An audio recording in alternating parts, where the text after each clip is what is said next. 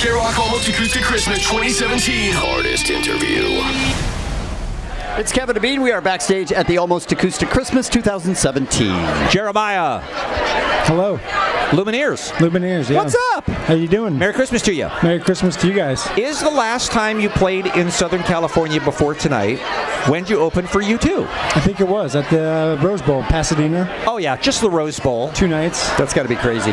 They sold most of the tickets, I think, those nights. Did a lot of people leave after you guys were off the stage going, that's who I came to see? It was weird. Most of them actually stuck around. So. Is it difficult to open for a band as big as U2, where you know everyone in that arena is there to see that band? Yeah, and you're sort of, and when you're done, they get... It was terrifying. To be honest, I could sound cool and say it was no big deal, but honestly, those 2 first nights were really terrifying. I would be frightened. So many people.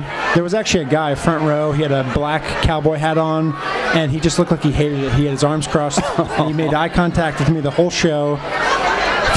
Fast forward a few days later, we were flying. He was traveling with U2. He saw every show, front row, and he came up to me and said, he was French. He said, I love you guys. It was amazing. And I said, I'm glad you said that. I really thought you hated us. Because the body, the death stare.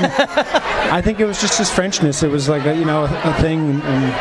Well, it was, I'm sure it was a night you'll never forget, out of a career of a whole bunch of firsts and a whole bunch of new things that you never thought you'd get to do. I mean, look, you just want to play music and everything else that comes is gravy on top of that. But how is something like that even selected? I mean, how do they even choose you? That's a good question. I mean, we were asked by our management here in Los Angeles at some point. And you said, we'll think about it, and we'll get back to you. It was an immediate yes, and then it was kind of followed by each week that passed after that. We thought, oh, wow, this is really happening. At first, you didn't really get the gravity of it, and then week after week, as it approached, friends and family made you realize almost too much. Oh, no. This is crazy that's happening. And you're like, yeah, it's really cool. And then it became kind of terrifying. Now, did you sound check to an empty Rose Bowl? No sound checks. I think we got a sound check. No sound check? Sound check the first night, I think. We're setting you up to fail.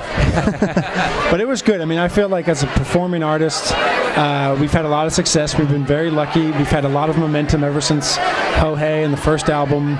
And you've been lucky and good. Really lucky, kind of good. And it really was a good way to cut our teeth again. I mean, we really had to, I feel like, earn the right to be there.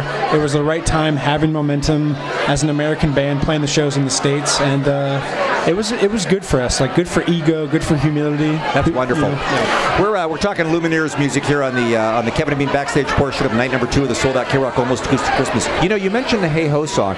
Did you see that article in the Washington Post recently about the couple that they profiled that got engaged to your song? The guy put it on the boombox and did the whole roses and got down and proposed on one knee and everything like that. I've seen a lot of those. So that was my question. I bet you have a lot of people who come up to you and they say, "This song means so much to me because," and it must be just it must blow your mind.